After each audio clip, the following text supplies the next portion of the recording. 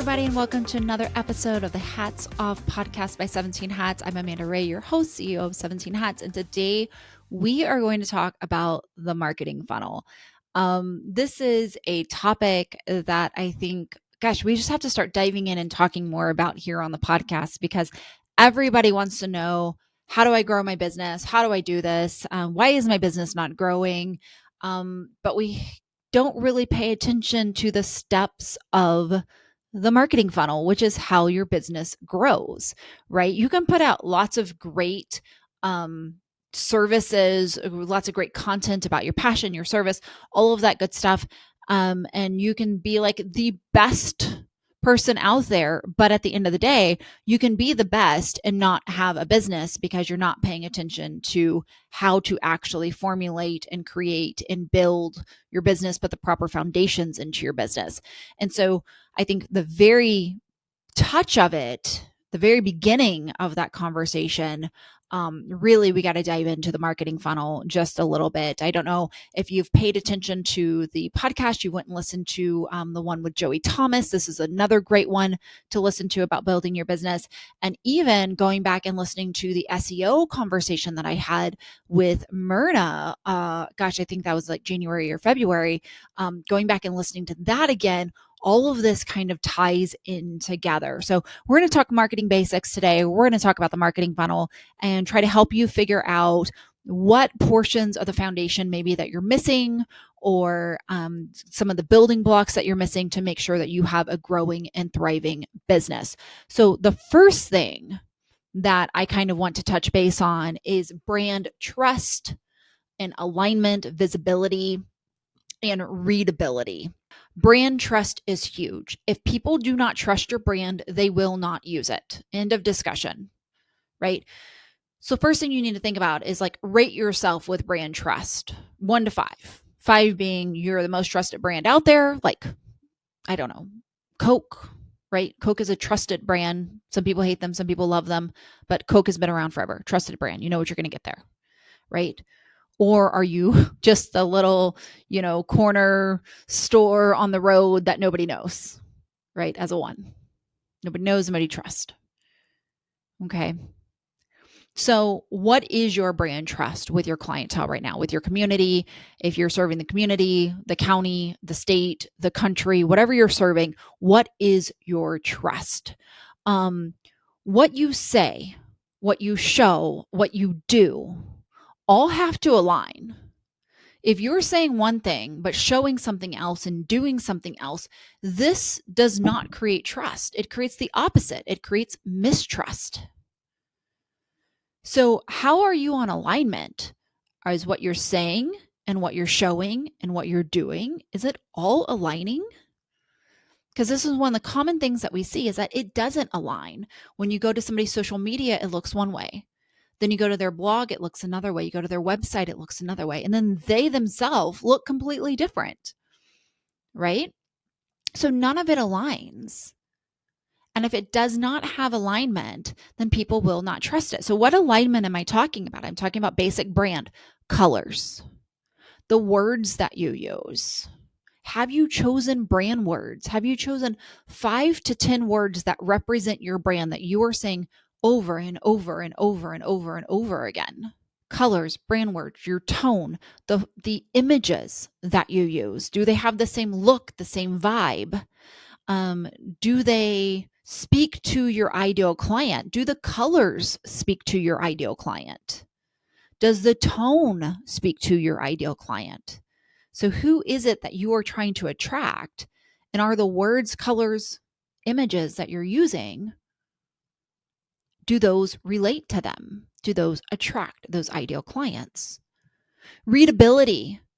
If you're going to look at your logo, can somebody actually read your logo? This is a huge one, especially with softwares like Canva and different like logo creator softwares out there that sometimes they don't actually look very readable. Or on the flip side, they're like too readable and they're too, the same. You can tell every logo made with Canva. You just tell they're made with Canva.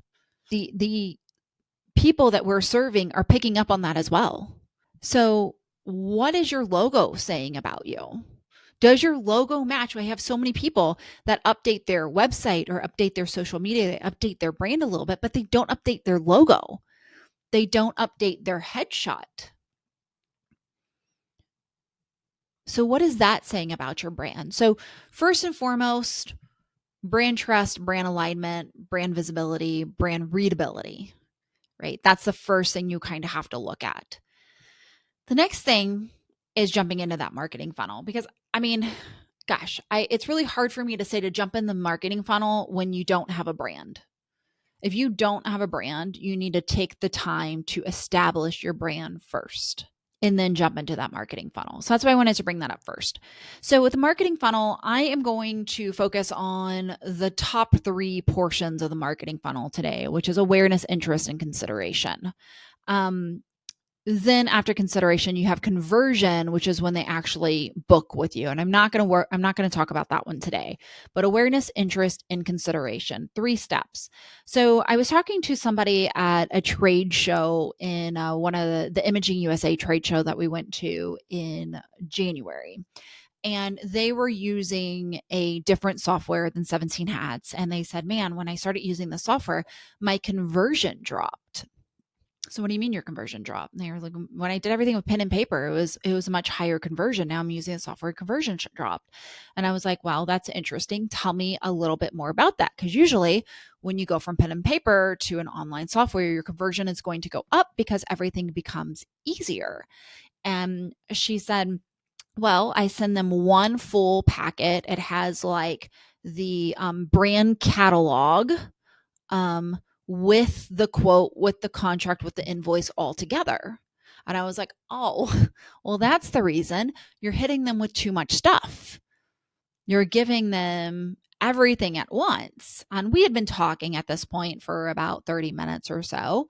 And I said, we're friends. We just met. We're talking. I said, do you want to marry me? And she looked at me and she said, no. And she laughed. And I said, well, that's what you're asking your clients or your leads. And she was like, oh, I get it. I said, yeah. I said, they just met you. They just learned of you. They don't want to marry you right now. They don't want to commit to your services right now. They still need that getting to know part. There's a reason why the marketing funnel, there's multiple steps. Awareness is a step. Interest is a step. Consideration is a step. Conversion is a step. There's 4 different steps. If you try to squeeze all of those into one step, your conversions are going to decline because you're asking too much of them. You are overwhelming them. So when we start to look at the marketing funnel, that is something that you need to understand is that it is multiple steps for a reason. The marketing funnel is tried and true. It's been out for a very long time. It is tested. It is known. There's no reason to reinvent the wheel here. So step number 1 is awareness. That one's pretty easy to understand, right? But it's actually really hard for us to do. And it's getting harder and harder, especially because so many people are relying on social media. And social media is the most congested place ever. It's really difficult on social media. So, with awareness, it is how many people are actually aware of you? Who knows that you exist? So, when you first go into business, your friends and your family know you exist. And then your friends of your friends and your friends of your family. But how can you get to what I call that 3rd generation of clients? People who don't know you. They're not your friends of your friends. They're not your friends of your family. They're not people in the community that already know you.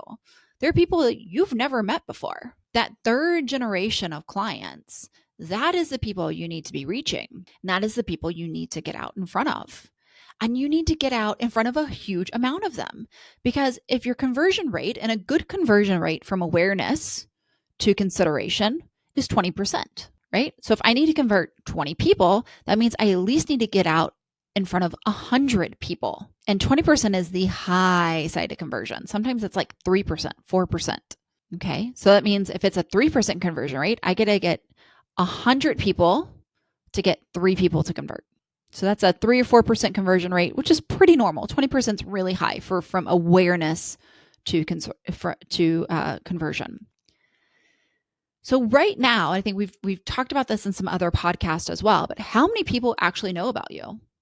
Like, is it 100 people, 200 people, 500 people, 1,000 people, 2,000 people?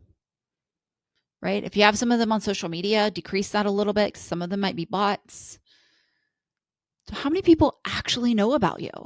If it's only 100 people that know that you exist, then we gotta really amp up on that awareness. So awareness is,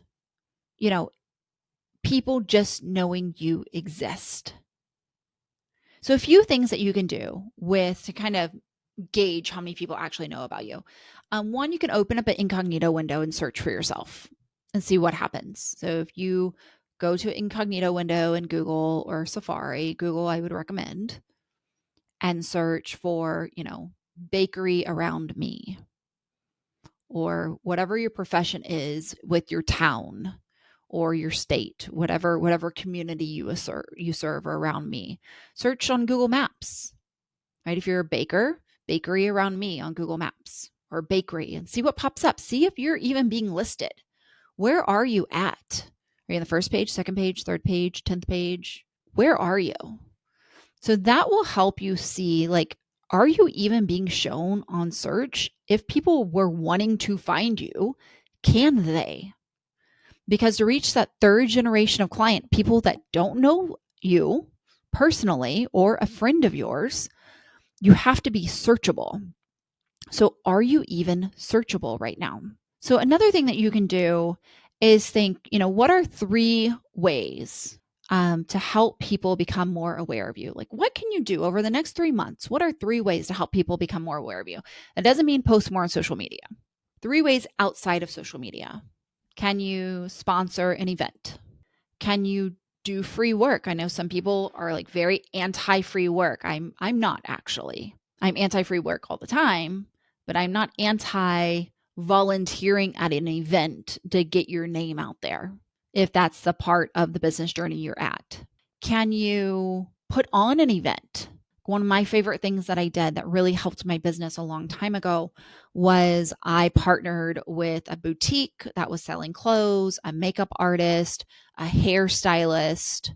We all came together. I did a photo shoot. I distributed we brought 10 women in. I distributed all the images for all of us to use together to help advertise all of our services. I put all of our logos on the side of every image. It was a great success, and it helped grow all of our businesses. So it was a great marketing event that happened for us. So can you, something with something in town, sponsoring Little League. I know baseball's, a thing right now in the United States. So sponsoring Little League. What can you do to get your logo out there, to get your name out there? So just jot down three things that you can do. Can you go to a chamber event? Can you join some BNI meetings this month? You can go visit BNI meetings. You can visit 3 different chapters and talk to people. How can you get out from behind your desk and make people aware that you actually exist, right? So that's number 1. So once people know that you exist, then they start to become interested in you. So this is the second step of the marketing funnel, which is interest. At the interest state, they want to learn about you. They will start following you on social media. They want to know what you actually do. So if you are a cake artist, everybody knows that you make cakes. Everybody knows that you probably make cakes really well, and everybody knows that you probably decorate them really well as well, because that is the standard of being a cake artist. So everybody already knows. Society has already taught them what you do. But what is it that you do to be you? Why should they choose you? Who are you? What are the special things that you do? So on this interest portion, think about, what are you doing right now in your business that if somebody wants to date you, take an interest in you, learn about you, where are they going to go and what are they going to see? Your social media, your website, your blog.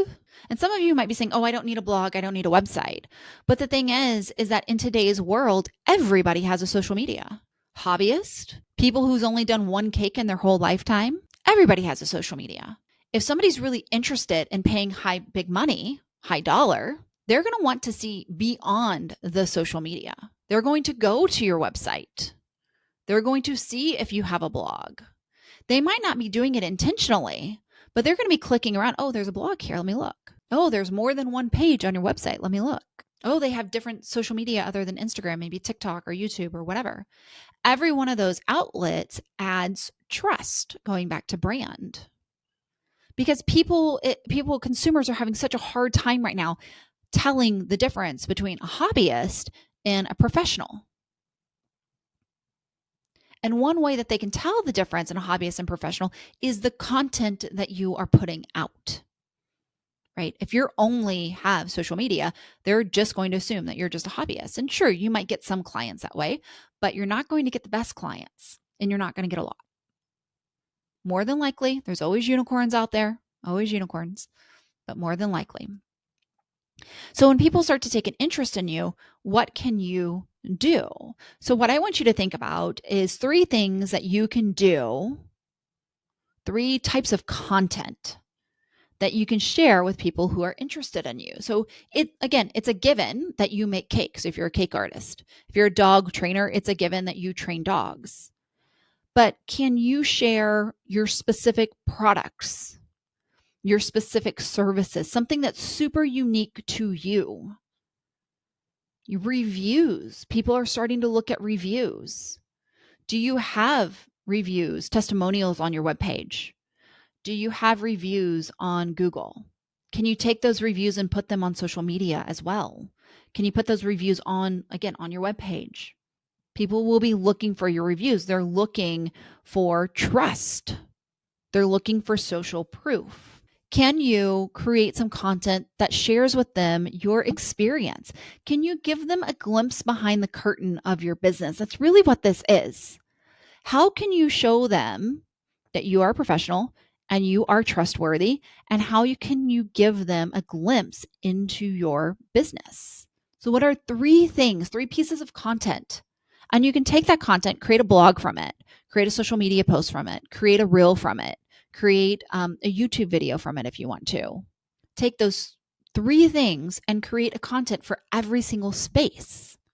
Because again, brand trust, alignment, readability, visibility, what you're saying, what you show, what you do, they all have to align.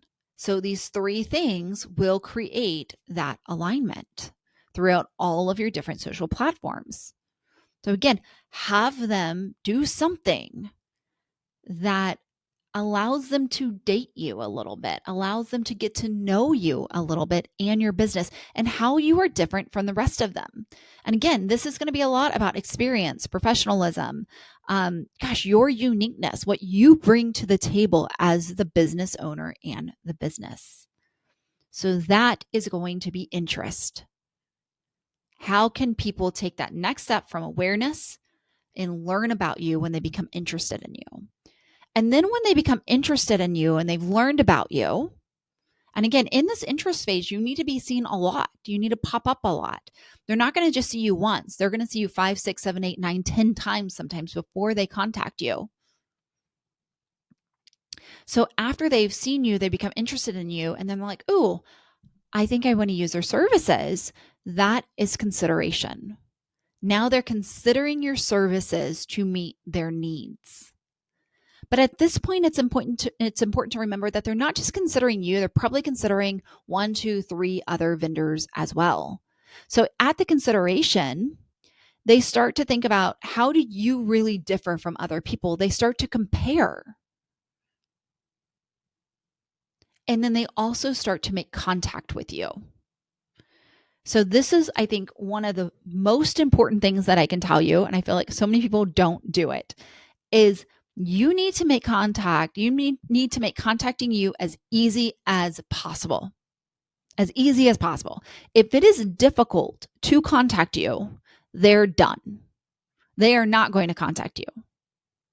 So when you look at your website, when you look at your social media, wherever it is that you have a platform, you want to make sure that you have contact information on it. You also need to have location information. That's my other pet peeve is websites that have no location information on it. So you need to have your contact information on it, and they need to be able to contact you easily. Ideally, you have a 17 Hats lead capture form. Get rid of your contact form from your website, get rid of it, and add a 17 Hats lead capture form. Why? Because your website contact form is going to send back a generic auto response, which you don't want to do, right? A generic auto response is not professional, I am sorry to say, right? It is just not professional. By having a 17 Hats lead capture form on it, you can send back an automatic response tailored to what service they're interested in. So they're getting information back super, super quickly. By giving them that information, it is statistically known that whoever responds to the lead quickest in personal and engaging is more than likely going to get the conversion. Isn't that crazy? It's more than likely going to get the conversion if you can respond quickest, personally, and something engaging.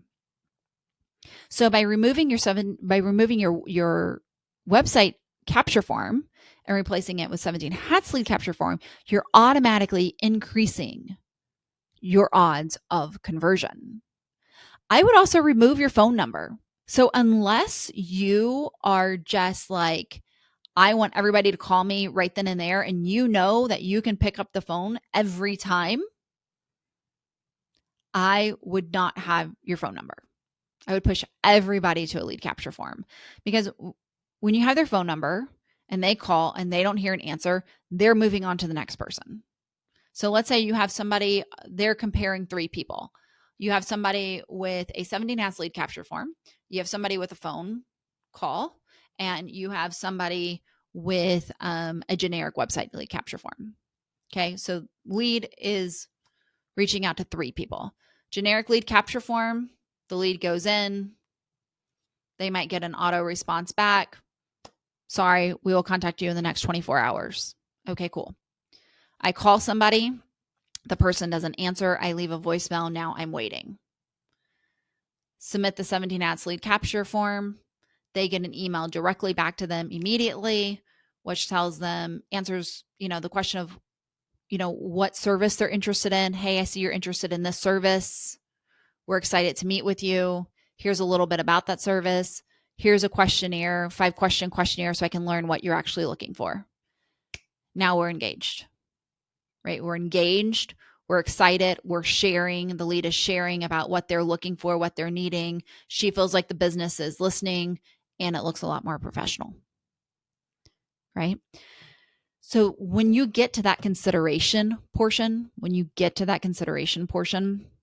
you want to make sure that however they are supposed to contact you is quick and easy. They can find it on your website. It's working on your website. It's mobile friendly as well.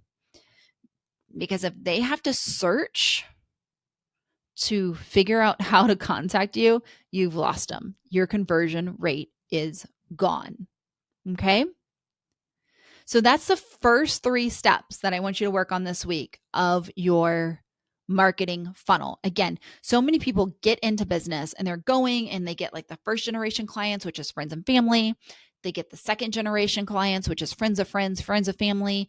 But when it comes to that third generation client, which is really where your growth is going to come from as a business, we don't get it. And it's typically because we're lacking brand trust, and we're lacking the first 3 steps of the marketing funnel. How are we spreading awareness? How are we allowing people to take interest in our business and learn about our business? And then finally, when it comes to consideration, how are they contacting us? How are they corresponding with us? Are we being proactive? Are we corresponding with them?